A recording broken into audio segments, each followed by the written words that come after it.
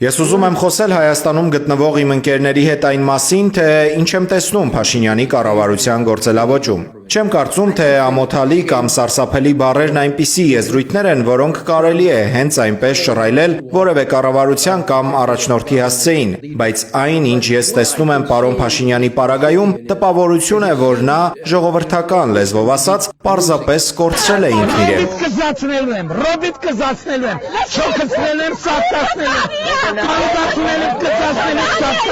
եմ, շոքացնելու եմ, ողորմելի եմ։ Տպավորություն է, թե նա հարվածի տակ է դնում առանձին անհատների, իր մարդկանց, իր շրջապատին, եւ որ ամենակարևորն է ոստիկանությանն ու այն անձանց, որոնք օժանդակող դեր ունեն։ Այն մարդկանց, որոնք նա փորձել է կապել իր կուսակցության հետ, աշխատատեղեր բաժանելով եւ ունենալով մի ոստիկանական համակարգ, որը ըստ էության գործում է հանուն իր կուսակցության շահերի, այլ ոչ թե Հայաստանի ժողովրդի։ Դե իսկ մի քանի օր առաջ սա հասավ իր գագաթնակետին, մի անձնավորության ապօրինի ձերբակալության ու կալանավորմամբ, որն ի վերջո կյանքին վերջ տվեց։ Սա ուղղակի անհավատալի է, իսկ Փաշինյանի վարքագիծն այս ամենի ֆոնին, մինչ նա նախընտրական քարոզարշավ է իրականացնում, չափազանց անհավասարակշիռ է թվում։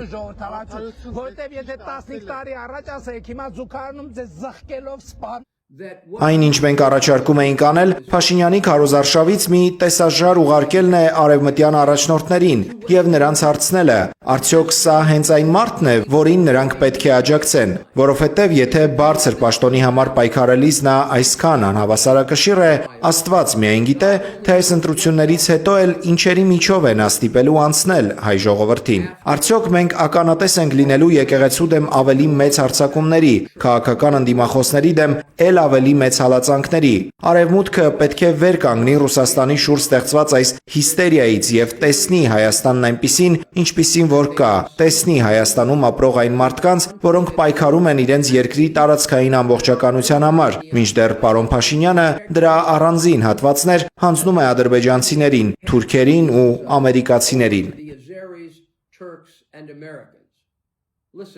Լսեք, ես ոչ մի բառ չեմ ասելու Միջանցքի մասին, եթե դա բխում է Հայաստանի շահերից, ես երկու ձեռքով կողմ եմ, ակնհայտ է որպես ամերիկացի, եթե դա բխում է իմ կառավարության շահերից, ես միայն կողջունեմ դա, բայց խնդիրն այն է, որ այս բոլոր որոշումները հայկական են եւ արևմուտքը միջամտելու ոչ մի իրավունք չունի, ինչպես որ ռուսներն իրավունք չունեն սպառնալիքներ հնչեցնել նախընտրական քարոզարշավի ժամանակ, ինչը նույնպես ակնհայտորեն որակվում է որպես միջամտություն։ Պարոն Պուտինը պետք է լռի ու չասի բաներ, որոնք կարող են ազդել ընտրությունների վրա։ Իսկ արևմուտքը միանշանակ պետք է հայտարարություններ անի այն մասին, թե ինչ է կատարվում այս քարոզարշավում ու դատապարտի վարչական ռեսուրսի այս չարաշահումը։ Ես արդեն խոսել եմ Եվրոպայի խորհրդի կողմից վերջերս տարածված բացարձակապես ամոթալի հայտարարության մասին եւ մենք ջանք չենք խնայելու շարունակել պաշտպանել թե Կարապետյանի թեկնածությունը եւ թե իհարկե մշտապես հանդես են գալու ի պաշտպանություն եկեղեցու։ Շնորհակալություն։